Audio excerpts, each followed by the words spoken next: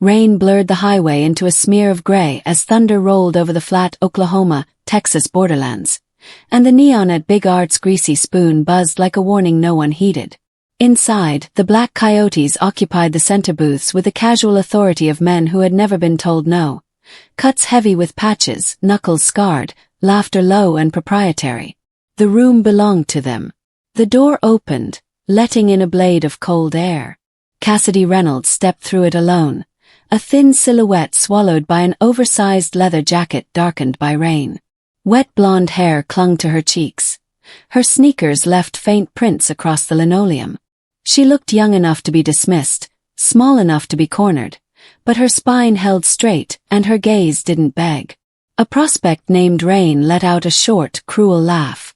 "You think wearing that makes you untouchable?" Cassidy's fingers tightened on the worn lapels. "It's not mine," she said quietly. "It was my father's." Chairs scraped. Boots shifted. In a world where leather meant lineage and lineage meant blood, a teenage girl standing alone in sacred colors felt like an insult, or a threat. Rain rose and stepped close enough for her to smell the beer on his breath. "Then you better pray he's worth something," he muttered. She didn't step back.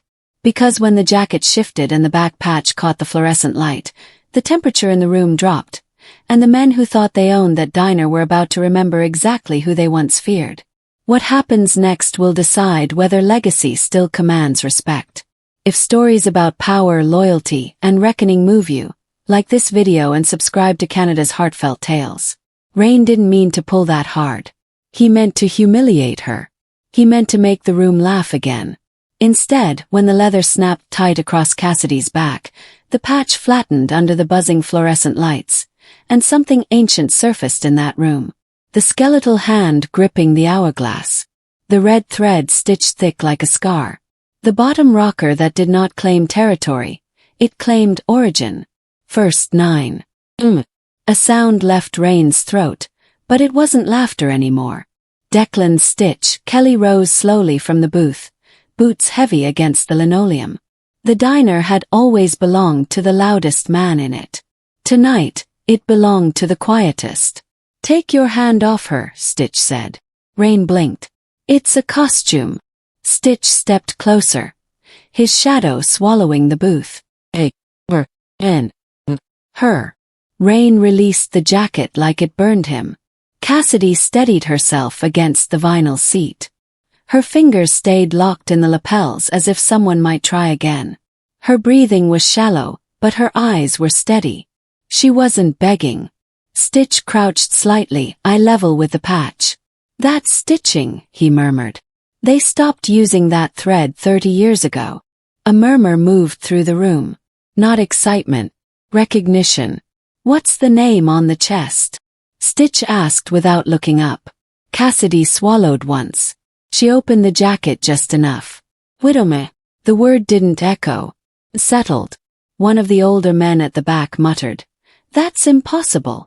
Cassidy's voice was soft, but it didn't shake. "Jack Reynolds was my father." A chair scraped harshly behind her. "Widowmaker died in prison," someone said. "No," she answered.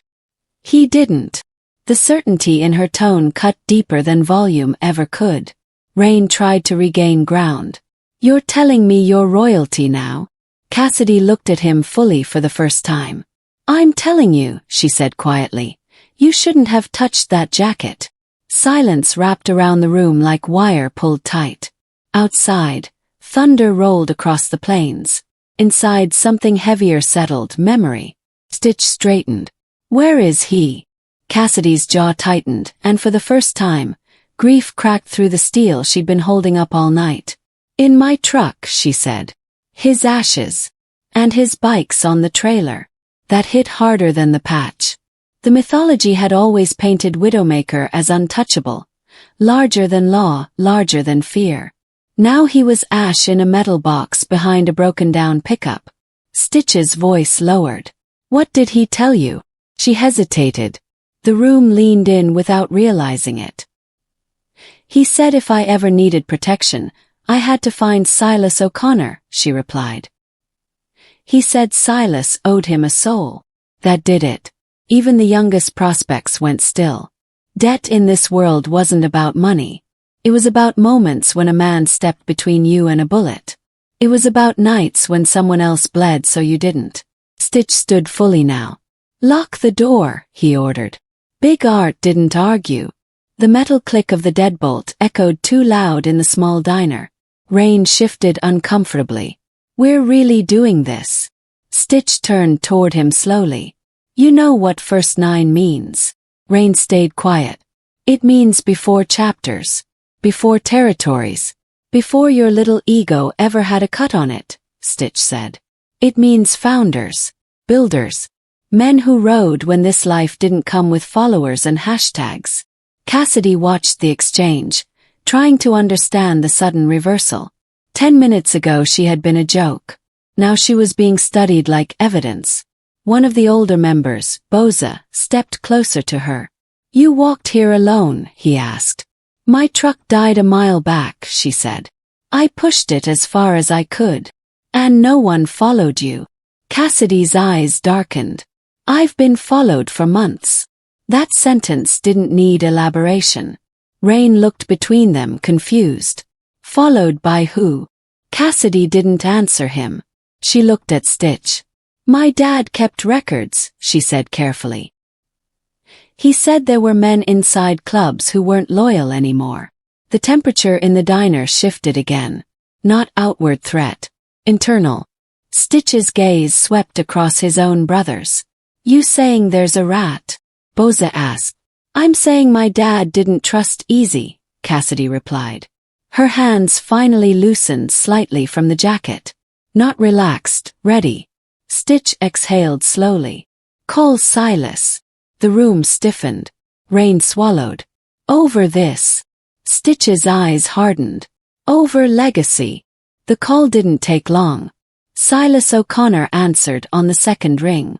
Stitch didn't waste words. "Jack Reynolds' daughter is here. Wearing the first 9. Silence on the other end. Then a low voice.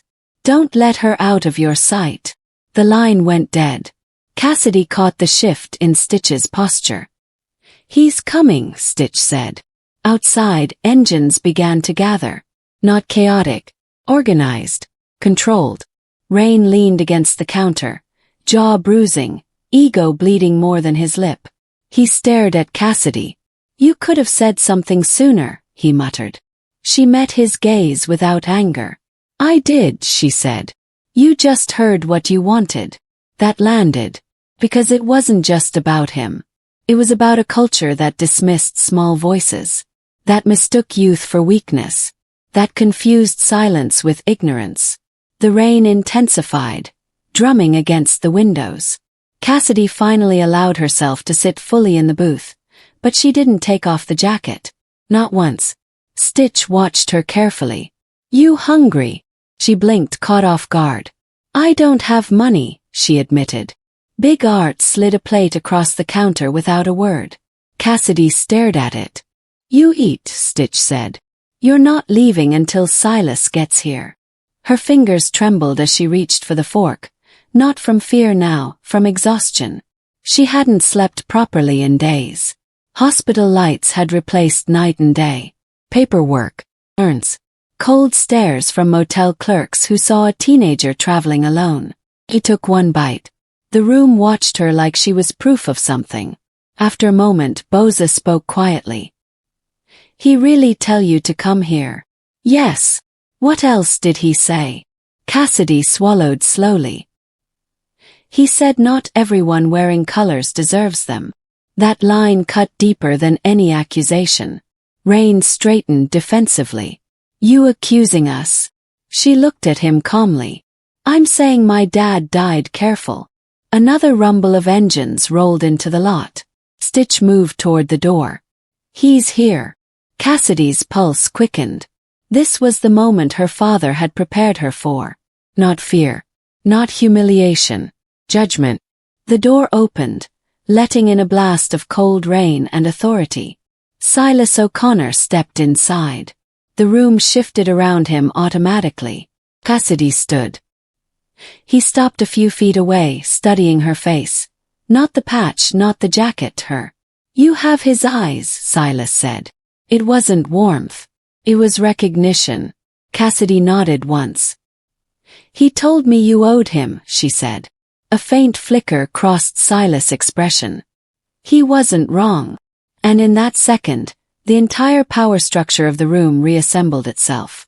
The girl who had walked in alone was no longer a question. She was a reckoning. And the men who had laughed were about to learn exactly what that meant. Silas didn't break eye contact. Rainwater slid from the brim of his hat onto the diner floor, but he didn't seem to notice. The room held still around him, waiting for tone, for verdict, for direction. You said I owe him, Silas replied evenly. Cassidy nodded. That's what he told me. And you believe everything your father said? A flicker of something sharp passed through her expression. He never lied to me. Silas studied that answer longer than the others. Around them boots shifted. Breath moved quietly through chests that had once been loud with mockery. The pack was recalibrating. The girl in the oversized jacket was no longer an inconvenience. She was a consequence. Silas stepped closer. Tell me how he died. There was no gentleness in the request, but there was gravity. Cassidy inhaled carefully. Lung failure. Years of it. He wouldn't go to a hospital until he had to. Said he didn't trust machines. A faint, almost private smile crossed Silas' face. That sounds like him. He made me promise something, she continued. He said if he didn't make it, I had to bring the jacket here. Not to anyone else. To you. And what did he say would happen when you did? Cassidy hesitated. Not because she doubted, but because saying it out loud made it real. He said if you were still the man he remembered, I wouldn't be alone. Silas absorbed that. Behind him, Rain shifted again, still nursing his bruised jaw. He opened his mouth, then closed it. Whatever protest he had died before it reached air. Silas finally turned his back to Cassidy and faced the room. Every man wearing my patch, he said calmly. Step forward. No one argued. Boots scraped forward across tile. Silas' voice never rose. It didn't need to. You laughed at her. No one denied it. You questioned lineage you don't understand. Silence. You forgot the road we were built on. The words weren't shouted accusations. They were reminders. Stitch watched closely. So did Cassidy. Silas continued. Jack Reynolds didn't just ride with the first 9. He held this club together when we had nothing but broken bikes and enemies on every border. He looked at Rain. And you, he said evenly, thought you were defending tradition. Rain swallowed. I didn't know. That's the problem. The statement didn't humiliate him. It diminished him. Silas stepped back toward Cassidy. Your father saved my life outside El Paso, he said, his voice lower now. Cartel convoy. We were outnumbered. He didn't hesitate. Cassidy didn't blink. He took a round meant for me, Silas added. Then he stood up and finished the fight. The room absorbed the memory like a confession.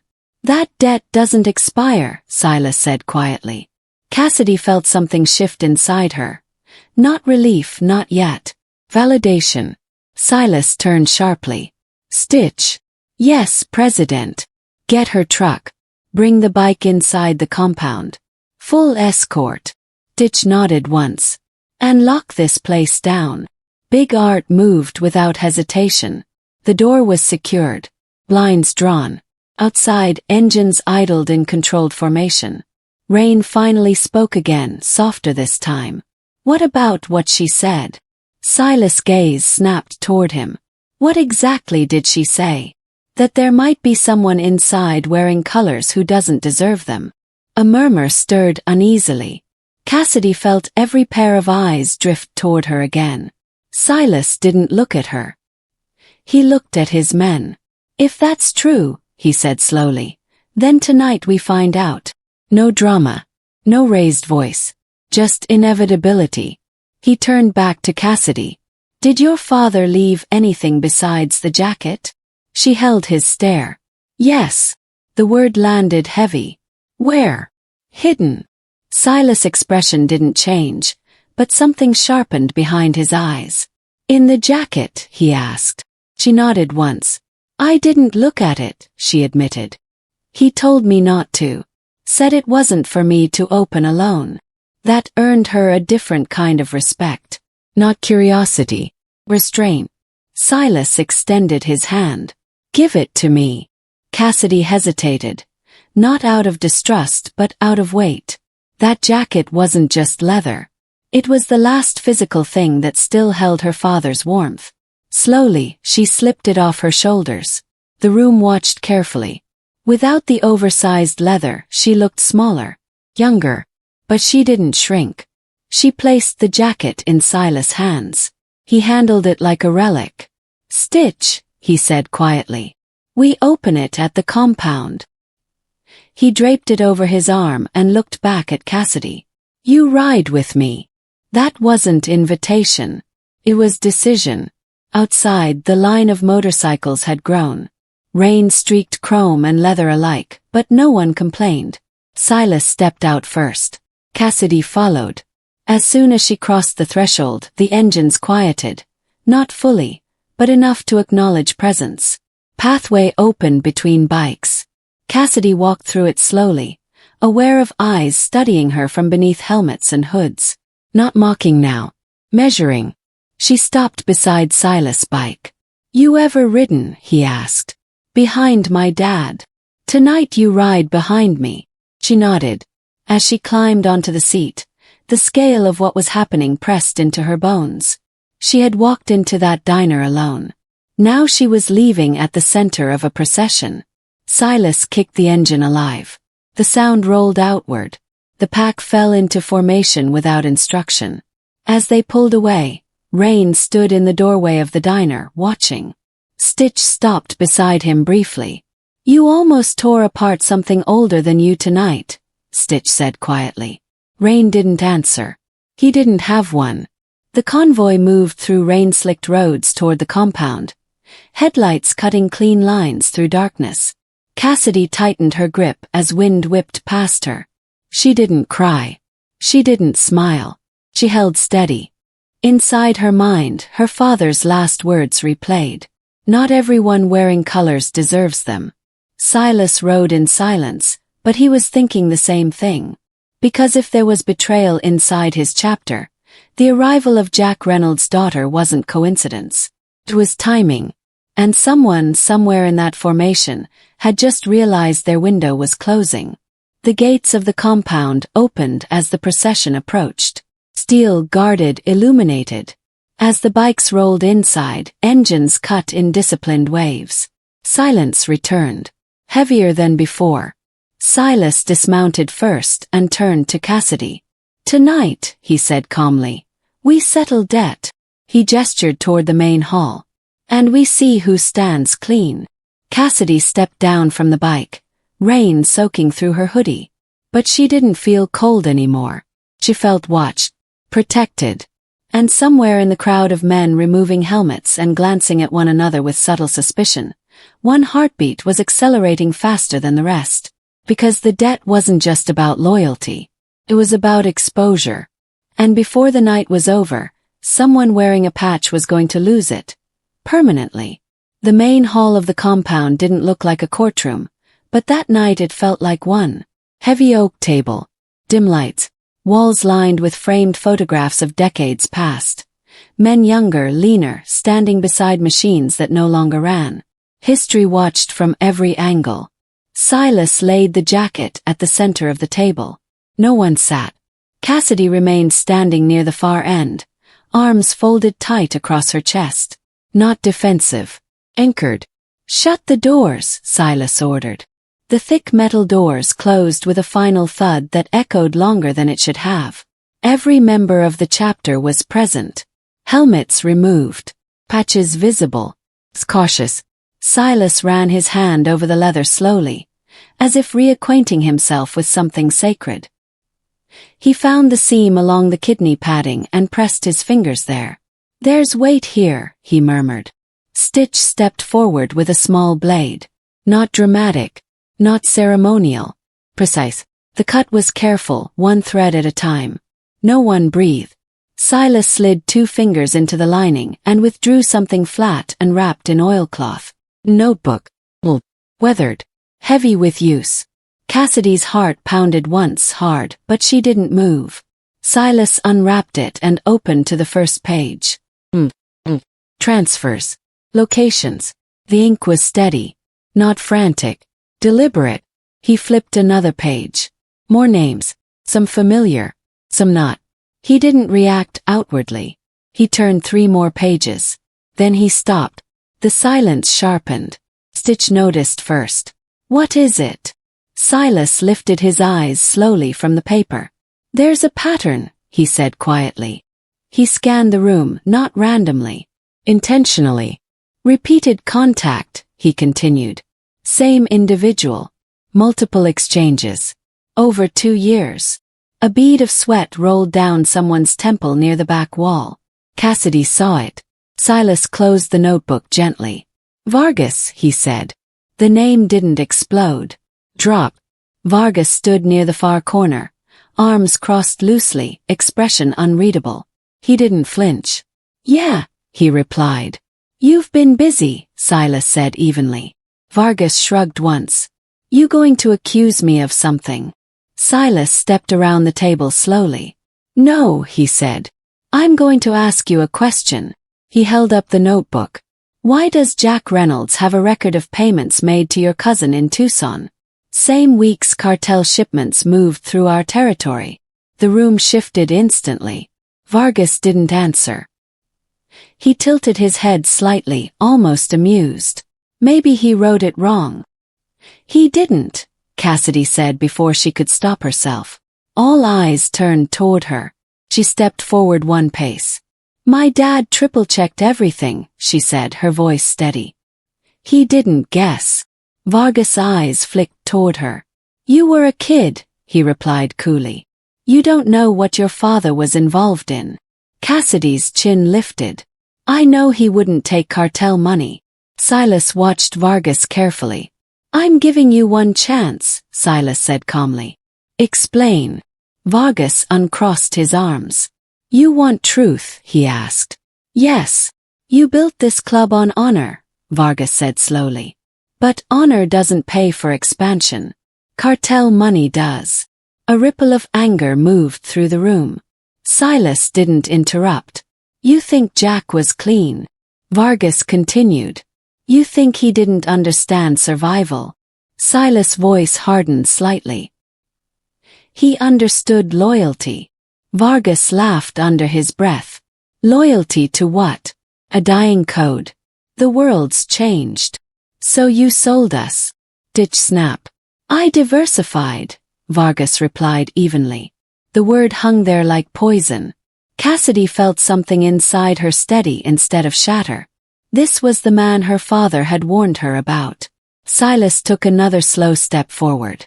You took money behind my back. You were limiting growth, Vargas shot back. Cartels offered partnerships. You wanted rules. Silas' jaw tightened. You put this chapter at risk. I made us profitable. The room erupted in overlapping voices. Silas raised 1 hand. Instant silence. He looked directly at Vargas. Did you tip them off about Jack? Vargas held his gaze. Silence stretched. Yes. The word fell clean. No hesitation. Cassidy felt her stomach drop, but her face didn't change. Silas' expression remained carved from stone. Why? They put a bounty on him, Vargas replied. I passed along information. That's all. You gave them his location, Stitch growled. I gave them a lead, Vargas corrected. Cassidy's voice cut through before she realized she was speaking. They killed my mother. The hall went still. Vargas didn't deny it. She was in the way, he said flatly. The room inhaled sharply. Silas moved faster than anyone expected. His hand caught Vargas by the collar and slammed him against the wall hard enough to rattle framed photographs. You don't speak about civilians like that, Silas said through clenched teeth. Vargas smiled faintly. You going to shoot me? He asked. Inside your own hall. Silas didn't answer. He released him slowly instead. That would be too simple. He turned toward Stitch. Call them. Stitch already had his phone in hand. Within minutes, 2 black SUVs rolled into the compound. Federal agents stepped inside the hall with quiet efficiency. The room didn't panic. Twatch. Vargas' confidence cracked for the first time. What is this? He demanded. Silas picked up the notebook. Insurance, he replied. He handed it to one of the agents. You've been investigating cartel routes in this region, Silas said evenly. Here's your missing link. The agent flipped through pages quickly. Is this verified? He asked. It will be, Silas replied. Vargas' composure dissolved. You can't do this, he snapped. I'm your sergeant at arms. You were, Silas corrected. Stitch stepped forward and, without ceremony, gripped Vargas' cut. The patch was ripped free. Thread tearing. Fabric separating. It sounded louder than any gunshot. Vargas struggled as agents cuffed him. You're handing your own over to the feds, he spat. Silas' voice remained steady. You handed your own to the cartel. Vargas was dragged toward the exit. He locked eyes with Cassidy as he passed. You think this ends here, he hissed. She didn't blink. No, she said quietly. It ends in a cell. The doors closed behind him. Silence returned. Not uneasy. Resolved. Silas turned back toward the room. If there's anyone else, he said calmly. You speak now. No one did. The loyalty in that hall felt different now. Tested. Proven. Cassidy exhaled slowly. The betrayal her father had feared was no longer shadow. Had a name. And that name was leaving in handcuffs. Silas walked back toward her. You were right to bring it here, he said quietly. She nodded.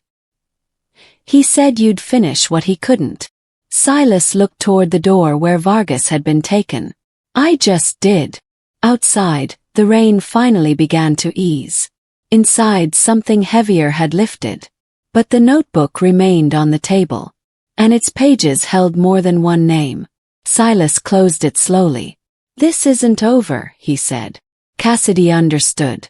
Because removing a traitor wasn't the same as dismantling the system he'd been feeding. And somewhere beyond those gates, men who had paid Vargas were about to realize their protection was gone. Which meant retaliation was coming. Not tonight. But soon. And this time, Cassidy wouldn't be the girl hiding behind a booth. She would be standing at the front when it arrived. The compound did not celebrate. No one cracked open beers. No one congratulated themselves for handing Vargas to the feds.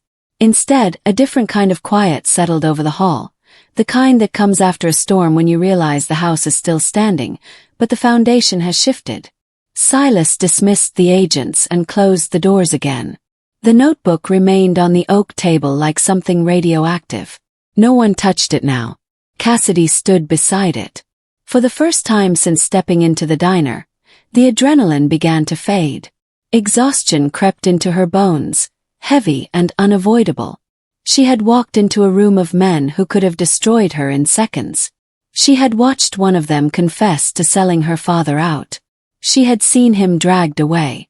And still she was standing. Silas approached slowly. You did more than bring a jacket tonight, he said.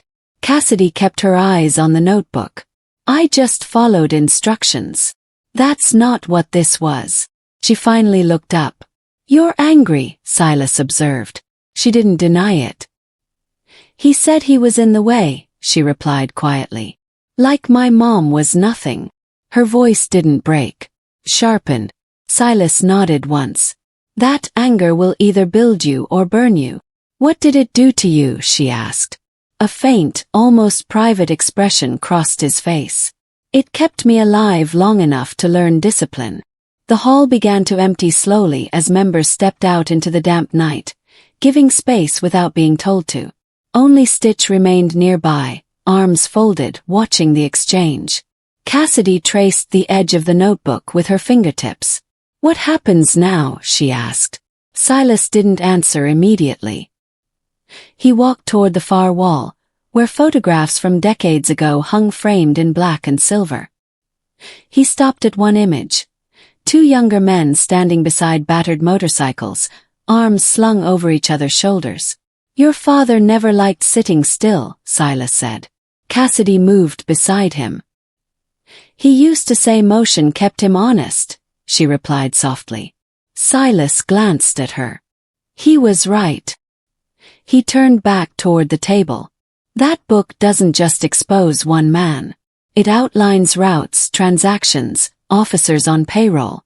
If we hand it all over at once, we light a match under half the county. Then do it, Cassidy said. Her response came too quickly. Silas studied her. You want justice. Yes. You want revenge. She didn't answer. He stepped closer. There's a difference. Cassidy met his gaze fully. They killed my mother. They hunted my father. And tonight I learned someone inside your walls helped them. Silas did not look away. You think I don't want to tear it all down? He asked quietly. You think I don't feel the urge to answer violence with violence? Her silence was answer enough. Silas exhaled slowly. Power isn't just about who you can hurt. It's about who you can protect.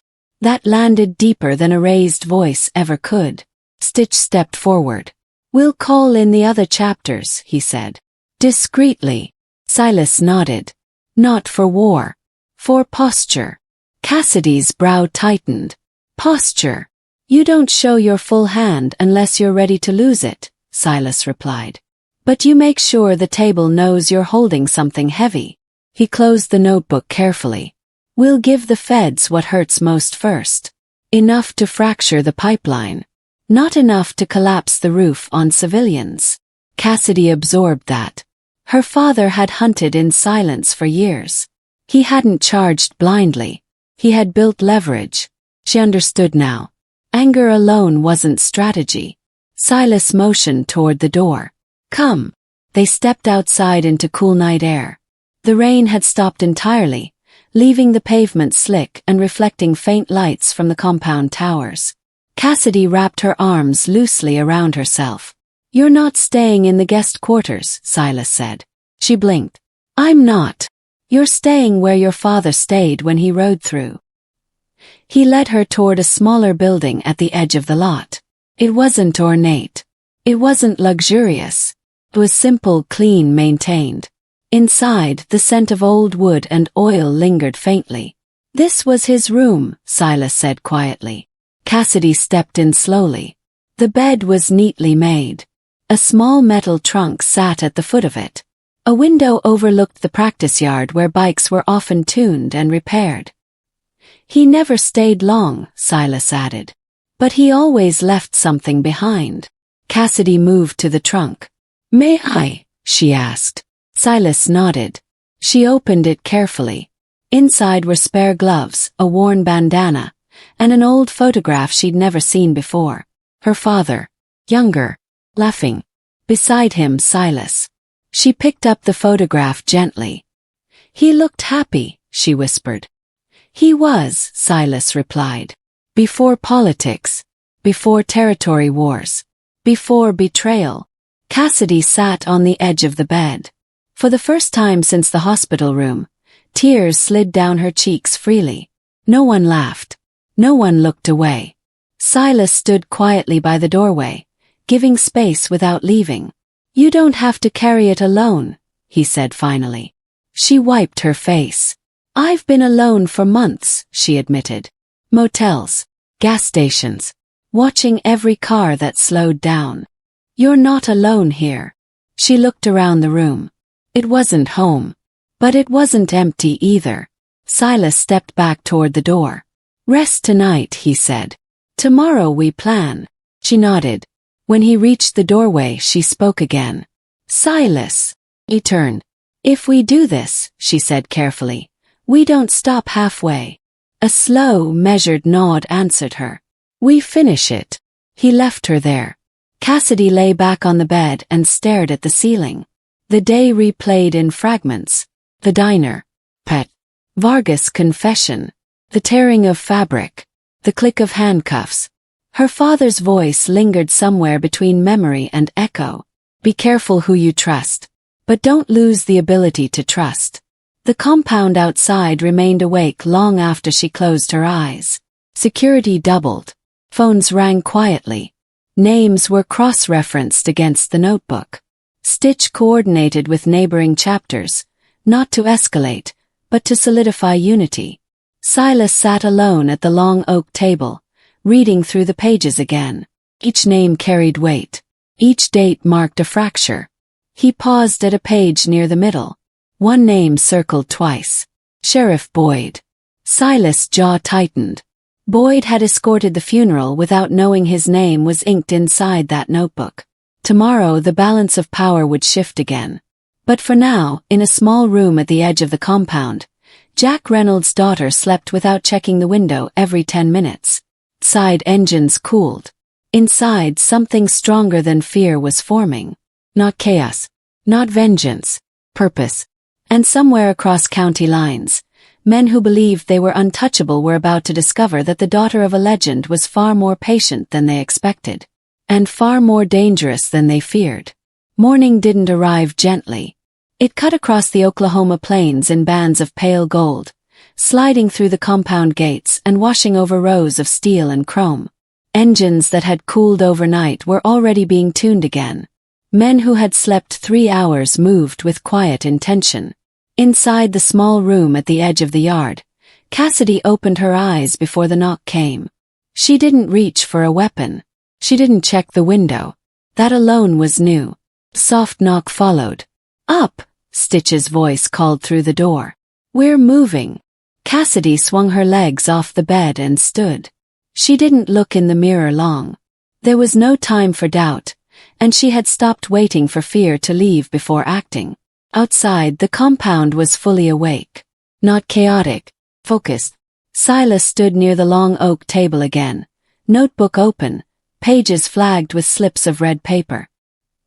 He didn't look up when Cassidy approached. You sleep, he asked. Enough. He nodded once. Today isn't about noise, he said. It's about exposure. Cassidy stepped closer. Sheriff Boyd, she asked. Silas' eyes flicked upward. Yes.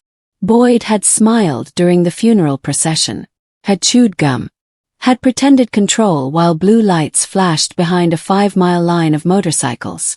Now his name sat inked in Jack Reynolds' handwriting. How do we do it? Cassidy asked. Silas closed the notebook. We don't threaten him. We corner him. An hour later, 3 bikes rolled toward the county courthouse. Not hundreds. Not a parade. Silas. Cassidy. They didn't roar in. They parked quietly. Sheriff Boyd stood on the courthouse steps speaking to 2 reporters about community cooperation initiatives. He saw them immediately. His smile faltered. Silas walked forward first. Boyd adjusted his sunglasses. Morning, Boyd said lightly. You boys here for permits? Silas didn't respond to the tone. He handed Boyd a single folded photocopy. Boyd opened it. His jaw tightened. It was a bank transfer record. $50,000. Timestamp. A transaction that coincided with cartel shipments crossing through his county uninspected. The reporters noticed the shift in his posture. What's that? One asked. Boyd folded the paper quickly. Nothing official. Silas stepped slightly to the side, giving the reporters a clear view. Actually, he said calmly, it is. Cassidy watched Boyd's hands tremble slightly as he unfolded the paper again. You don't want to do this, Boyd muttered under his breath. Silas leaned in close enough for only him to hear. You already did. Then louder. We found documentation tying your office to protected shipments moving narcotics through county roads. The reporters froze. Boyd's composure cracked. That's a lie. Cassidy stepped forward. My father tracked those shipments for years, she said clearly. He documented payments. He documented names. One reporter lifted a camera. "You're saying the sheriff is on cartel payroll?" she asked. Silas didn't blink. "I'm saying the evidence is headed to the FBI if he doesn't resign within the hour." Boyd's face flushed red. "You think you can bully me?" he snapped. Silas' voice remained steady. "No. I think you've been bullying the wrong people for too long." The courthouse doors opened behind Boyd. 2 federal agents stepped out. They weren't there by coincidence. Boyd's shoulders dropped. "You tipped them off," he said hoarsely. "No," Cassidy replied quietly. "My dad did." The agents approached with measured calm. "Sheriff Boyd," one said, "we need you to come with us." Reporters surged forward. Cameras flashed. Boyd looked at Cassidy. "You're just a kid," he hissed. She met his gaze evenly. "No," she answered. "I'm the consequence." The agents placed cuffs on him right there on the courthouse steps. No quiet resignation. No backroom deal. Public. Humiliating. Final. As they led him down the steps, the cameras captured everything. The gum discarded on the pavement, the badge removed from his chest, the flashing blue lights now reflecting against his own cruiser. Silas didn't smile. He didn't need to. The message had landed. Corruption wasn't untouchable. And it wasn't hidden anymore. By noon, news spread across the county. Deputies began distancing themselves. Judges who had quietly signed off on questionable warrants suddenly recused themselves from cases. Bank accounts tied to Boyd's cousin in Tucson were frozen. The dominoes fell fast. Back at the compound, members gathered again, not for celebration but acknowledgement. Cassidy stood at the edge of the lot beside her father's Harley. Stitch approached with something folded in his hands. He didn't speak immediately. He held out a new leather vest. Smaller than the oversized jacket she'd carried into the diner. Clean. Unmarked at the back. On the front, over the heart. Prospect. Cassidy looked at it. "You're not inheriting anything," Stitch said quietly. "You earn it." She nodded once. "I wouldn't want it any other way." Silas stepped forward. "You understand what that means?" he asked. She met his gaze. "It means I start at the bottom." "It means you clean bikes," he added. "I've done worse." "It means no special treatment." "I don't want it." A slow grin tugged at Silas' mouth. "Good." He extended the vest. Cassidy took it. The weight felt different from her father's jacket. Not history. Possibility. That afternoon, as she scrubbed oil from a chain under the blazing sun, no one mocked her. No one tested her. They watched. Not to measure weakness. To measure resolve. As days passed, more indictments surfaced. Vargas pleaded guilty in exchange for reduced time, and still faced decades behind federal walls. Sheriff Boyd resigned in disgrace and was formally charged. 2 deputies flipped, providing testimony that exposed deeper layers of corruption. The cartel's local pipeline fractured. Not through gunfire. Through evidence. Through patience. Through discipline. 1 week later, Cassidy stood alone in the compound yard at dusk. She kicked her father's Harley to life. The engine roared strong and steady. Silas watched from the porch. "You ready?" he called out. Cassidy settled into the seat. For the first time, she didn't climb on behind someone. She rode at the front. The gate opened. The pack formed behind her in disciplined rows. No chaos. No recklessness. Purpose. As they rolled onto the highway, the sky burned orange across the plains. Cassidy didn't look back at the compound. She didn't need to. The girl who had walked into a diner soaked and alone had exposed a traitor, dismantled a corrupt sheriff, and forced powerful men into handcuffs under flashing cameras. The ones who laughed had learned. The ones who betrayed had fallen. And the road ahead no longer felt like something she was running from. Felt like something she was choosing. Silas' voice carried through the wind as he pulled up beside her briefly. "Your father would have been proud." Cassidy kept her eyes on the horizon. "I know." Behind them, engines thundered in unified rhythm. Ahead of them, miles of open highway waited. Not haunted, not hunted, earned. And somewhere in a federal holding cell, a former sheriff stared at concrete walls while the headlines replayed his downfall on loop, proof that the power he once abused had shifted hands permanently. Because this time, the legacy didn't die with the legend. It evolved. And anyone foolish enough to mistake quiet strength for weakness was about to learn exactly what it costs to underestimate the daughter of the Widowmaker. The highway stretched wide beneath a fading sunset, and for the first time in a long while, Cassidy wasn't chasing safety. She was choosing direction. The wind pressed against her shoulders as the engine beneath her responded to every steady movement of her hands. She no longer felt like someone guarding a memory. She felt like someone building a future. The men riding behind her weren't shielding a frightened girl anymore. They were following a rider who had faced betrayal without becoming bitter, who had uncovered corruption without losing herself to rage. The notebook had exposed lies. The arrests had shaken power. But what truly shifted the ground was something quieter. Truth carried forward without fear. Cassidy understood now that legacy wasn't about inheriting a name. It was about honoring it through discipline, through patience, through refusing to let injustice define the end of the story. Her father's fight hadn't died with him. It had changed shape. And so had she. As the last light dipped below the horizon, her silhouette cut clean against the open sky. No longer a shadow of someone else, but a presence all her own. If this story moved you, share it with someone who believes in standing firm when it matters most.